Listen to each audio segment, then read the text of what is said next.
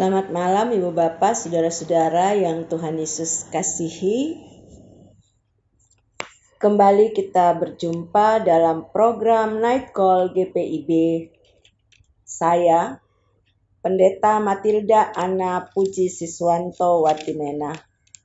Saat ini bertugas di GPIB Shalom Sidoarjo sebagai Ketua Majelis Jemaat. Bapak Ibu kekasih-kekasih Tuhan, malam hari ini kita akan merenungkan bagian firman Tuhan yang terdapat dalam kitab Yesaya, pasalnya yang ke-59, ayatnya yang ke-16 sampai 17. Sebelumnya, mari kita berdoa. Kami bersyukur ya Tuhan Yesus untuk kehidupan yang Tuhan berikan di sepanjang hari ini.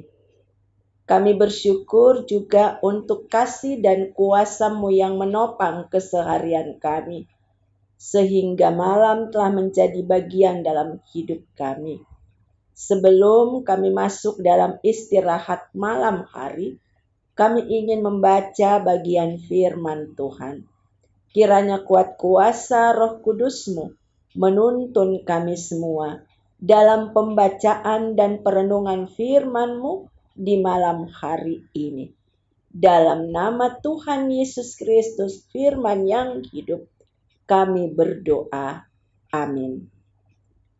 Kekasih-kekasih Tuhan, bacaan firman Tuhan pada malam hari ini terambil dari kitab Yesaya 59 ayatnya yang ke-16 dan ayatnya yang ke-17. Firman Tuhan menyatakan, ia melihat bahwa tidak seorang pun yang tampil, dan ia tertegun karena tidak ada yang membela. Maka tangannya sendiri memberi dia pertolongan. Dan keadilannya lah yang membantu dia. Ia mengenakan keadilan sebagai baju sirah, dan ketopong keselamatan ada di kepalanya. Ia mengenakan pakaian pembalasan dan menyelubungkan kecemburuan sebagai jubah. Kekasih-kekasih Tuhan,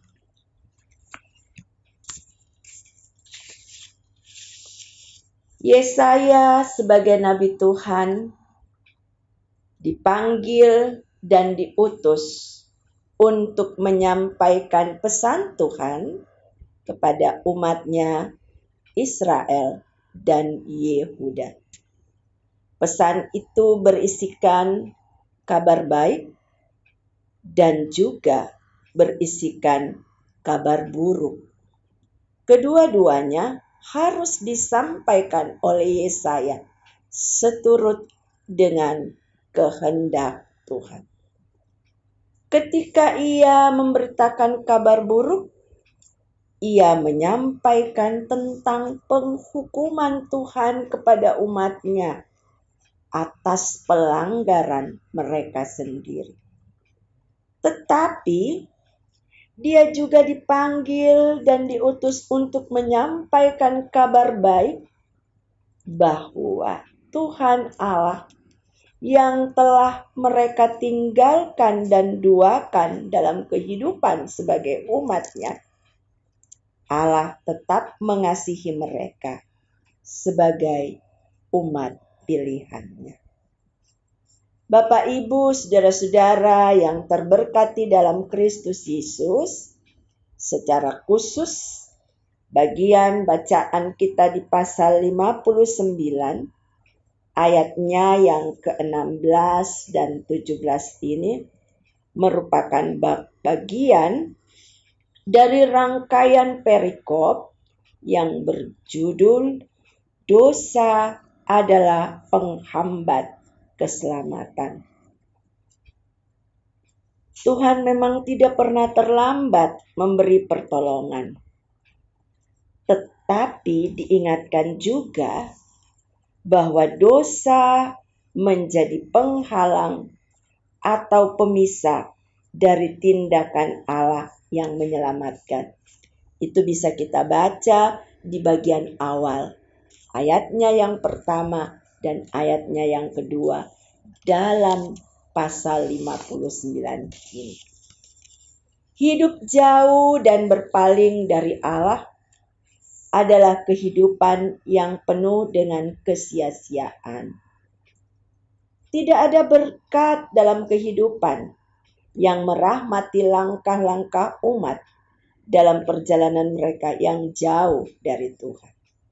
Bahkan ketika mereka kembali dari pembuangan sekalipun, ketika mereka berusaha menata diri, ketika mereka berusaha untuk membangun kehidupan yang baru dalam kesadaran akan pelanggaran yang sudah mereka lakukan, tentunya tidak semudah membalikkan telapak tangan ini.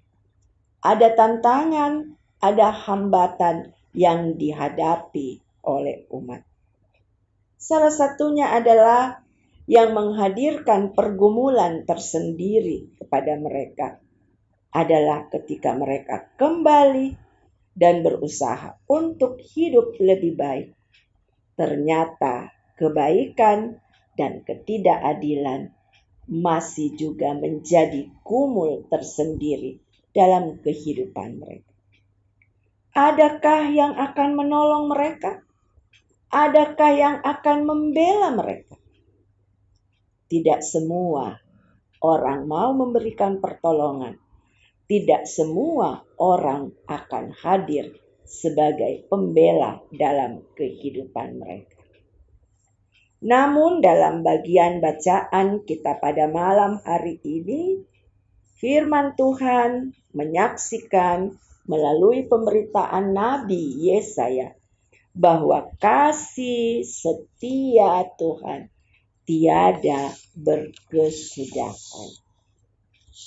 Di ayatnya yang ke-16 dikatakan, ia melihat bahwa tidak seorang pun yang tampil, dan ia tertegun karena tidak ada yang membela. Maka tangannya sendiri memberi dia pertolongan. Tuhan setia menolong. Bahkan ia bertindak memberi pertolongan, ia bertindak memberi keadilan dengan penuh kuasa. Itulah yang dinyatakan di ayatnya yang ke-17. Ia mengenakan keadilan sebagai baju sirah, dan ketopong keselamatan ada di kepalanya. Ia mengenakan pakaian pembalasan dan menyelubungkan kecemburuan sebagai jubah. Ketika dinyatakan bahwa pertolongan dan ketidakadilan nyata di tengah-tengah kehidupan, maka Allah bertindak untuk menyatakan pertolongannya dan menyatakan keadilannya dengan penuh kuasa. Ia bertindak membela setiap orang yang butuh pertolongan.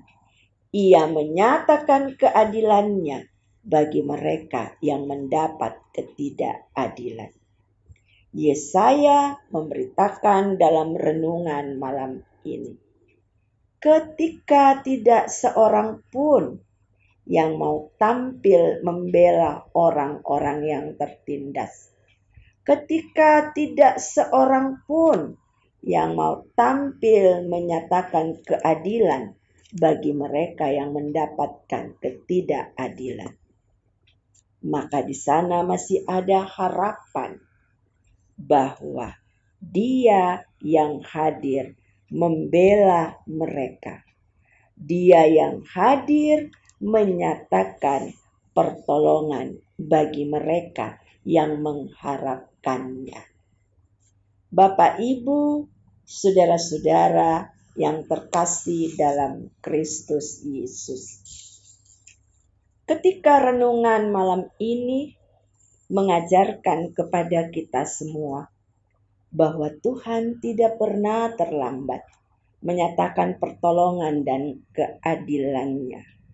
Dia juga menyatakan hal itu melalui putranya yang tunggal.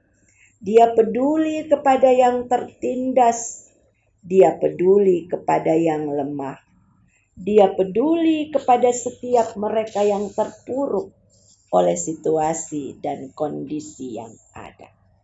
Bagaimana dengan keberadaan ibu bapa, saudara-saudara sekalian saat ini?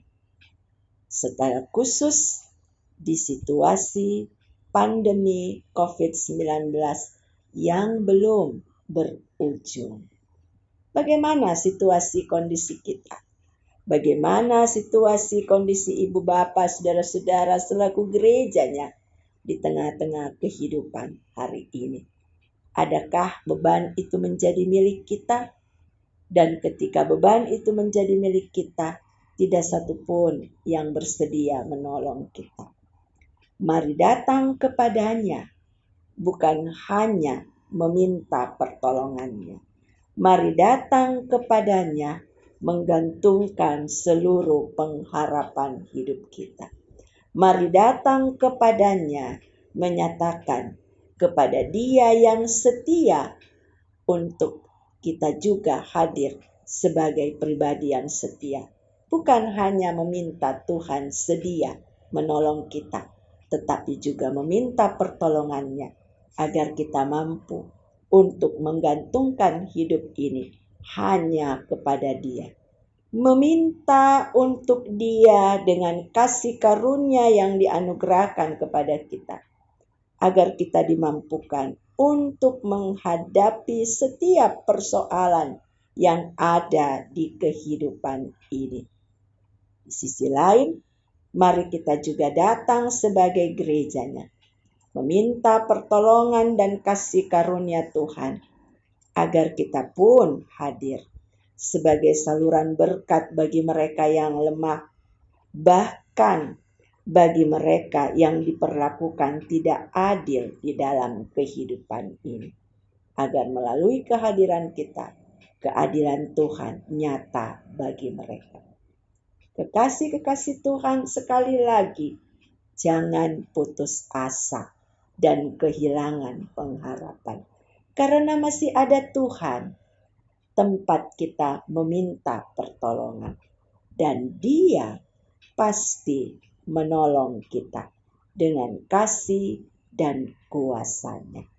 Mari kita akhiri renungan ini dengan tetap mengandalkan Dia dalam segala perkara, tetapi juga berkomitmen dalam hidup ini untuk setia dan taat hanya kepada Dia. Amin. Bapak, Ibu, saudara-saudara yang Tuhan Yesus kasihi, mari kita berdoa. Kami bersyukur ya Tuhan, karena firman-Mu menyapa kami di malam hari ini. Firman-Mu ini menjadi pembelajaran yang mengingatkan sekaligus menguatkan kami semua. Ada banyak perkara yang kami hadapi dalam kehidupan ini. Terkadang membuat kami lemah dan putus asa. Tetapi Engkau Tuhan datang senantiasa, menyapa kami, memberi kekuatan kepada kami. Bahkan Engkau juga menyatakan kuasa-Mu yang menolong kami dalam kehidupan ini. Terima kasih ya Tuhan Yesus. Ajar kami setia untuk melakukan kehendak-Mu dalam hidup yang Engkau anugerahkan. Dan mampukan kami untuk terus mengandalkan Engkau dalam segala perkara, serta hadirkan kami sebagai saluran berkat-Mu bagi sekeliling.